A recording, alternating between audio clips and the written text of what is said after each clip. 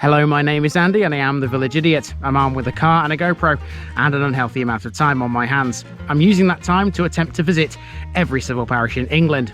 You're watching the East Lindsey series. This is the biggest district in Lincolnshire, containing 188 civil parishes. Without further ado, here's today's offering. Welcome back to East Lindsey, everybody, and again we've got another one that's really small. However, if you go back a few hundred years, it wouldn't have been, because there would have been a big mansion here, and that mansion was, I believe, not 100% sure on this, up here. Now it doesn't stand anymore, and we'll talk about that as we journey through this one. Welcome to Grainsby.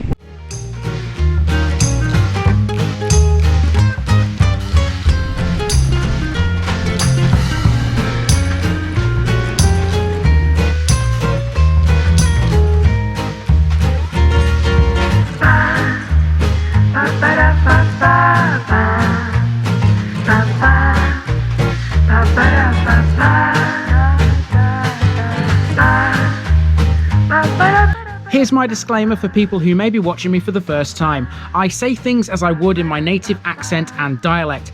As a result, I may not pronounce things in the same way as the locals do. Remember, I'm a visitor. It's impossible to know everything. Leave me a comment, spin me a like, and bash that subscribe button. Let's get to today's parish video.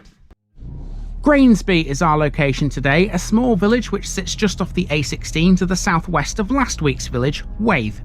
Grainsby and Waithe are inextricably linked together, owing to the fact that they were both owned by the same family. We'll get to them, but first, the name.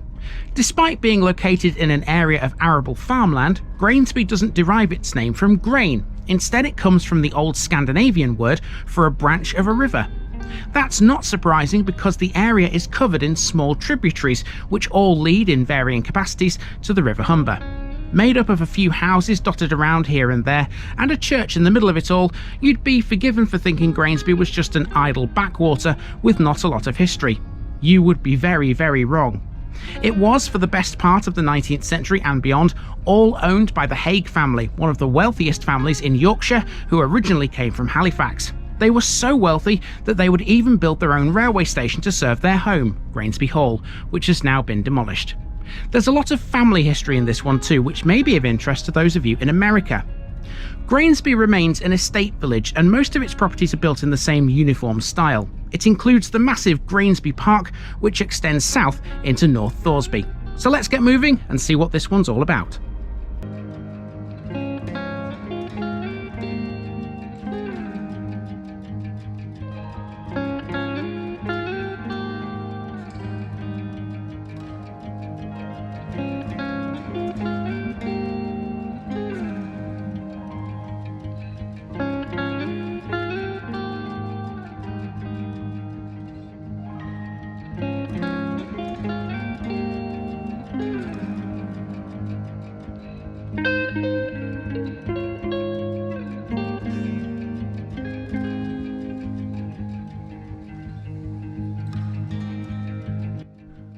To understand Grainsby, we first have to talk about Grainsby Hall, an Italian mansion which was demolished in 1973. It was once owned by the Nettleship family, who hailed from Lee near Gainsborough. Francis Nettleship lived here for most of the 18th century. It's likely it was he who rebuilt the house from an earlier structure. A notable structure next to the hall, along the north wall of its kitchen garden, was a huge 100-foot conservatory, which would have been used for the production of food, flowers, herbs, and out-of-season produce. This was needed because that food was to sustain the hall's large family and workforce, who lived in the various estate cottages like the ones in Waithe. The hall was even served by a railway station, Grainsby Halt, located 2 miles to the east. It was built in 1905, but was demolished sometime after World War II, during which the hall had been requisitioned by the army. Its subsequent demise afterwards was typical of so many houses at that time. Okay, so aside from the site of the house, there are a few other things that Grainsby has. It's very small, so it doesn't have much, and we can't really walk this one because it's too elongated, too stretched out, so the car will be used for this mainly. Let's have a drive.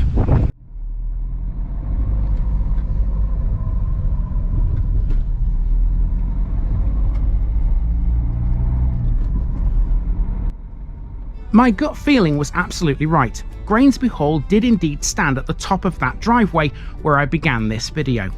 From there, let's make for the church. When Francis Nettleship died, he left the Grainsby estate to his servant Elizabeth Borrell, who in turn left it to her great-niece Elizabeth Charlotte, who married a Yorkshire landowner in 1827. That man was William Hague of Halifax, which began the family's ownership of the local area. The Hague family were very wealthy. Garden Street Mill, the second oldest in Halifax, was built by the family in 1833. It still exists today, albeit converted into flats. They also owned property in Wales and often travelled around Britain for holidays. Such was the influence of the family in business and politics, George Henry Caton Hague, son of William, was High Sheriff of Lincolnshire in 1912. It was he who in 1861 ordered the rebuilding of St Martin's Church in Waithe. Speaking of churches, Grainsby has its own. Dedicated to St Nicholas, this is built of chalk and ironstone and has some interesting scorch marks on its walls. They're believed to be the result of the church being fired by marauding Danes. It's a typical small Lincolnshire village church with a Norman tower. Further Norman origins are clearly visible, with a Norman doorway leading into its nave, which dates from the same period. St Nicholas is part of the North Chapel group, along with 4 other churches, including another St Nicholas's Church at North Coates. On the religious building theme, the Wesleyan Methodists built a chapel in the village in 1860. We'll come to that shortly. From the churchyard, you can get a good look at the neighbouring property. Made of moulded red brick and dating from 1846, this is the old rectory. It was built by Joseph Chapman of Binbrook, and it's now a private dwelling. Now, of course, there may not be a house, a big mansion anymore, but Grainsby remains an estate village. Let's take you next to the estate's offices. Let's hop back in the car.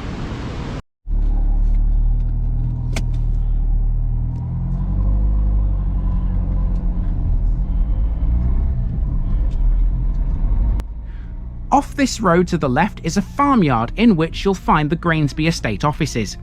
The estate was built up gradually like most were, but the hall was not the main house until it was in the ownership of Elizabeth Borrell. It was a full household, with the 1881 census showing the owner as being George Hague and his wife Emma. They had 8 children, 7 domestic servants and a governess. This figure didn't include the workers in the estate cottages or the many farm labourers. Now here's a possible family connection for people watching in America.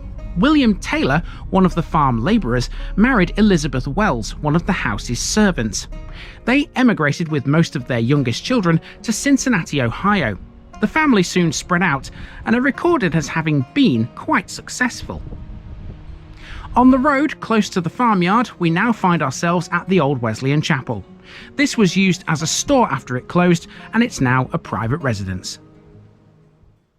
Nothing much more to show you or tell you about here, to be honest with you. A lot of it is private and off limits, so even if there is something else, I can't get to it, so not much I can do about that. Let's hop in the car and finish this one off.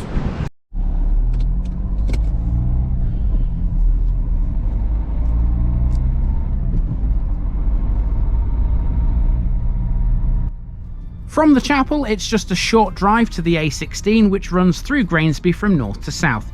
The parish does cover some land on the eastern side of the road, but generally all the interesting bits are around the church and the site of the former hall. The remains of Grainsby Hall railway station are on the other side though, but there's not much to see there. Keep that in mind though, because the railway line it stood on will make an appearance in the next East Lindsey episode. It's time to move on to that next episode now. I've been Andy, also known as the Village Idiot, and this has been the parish of Grainsby, and I'm out.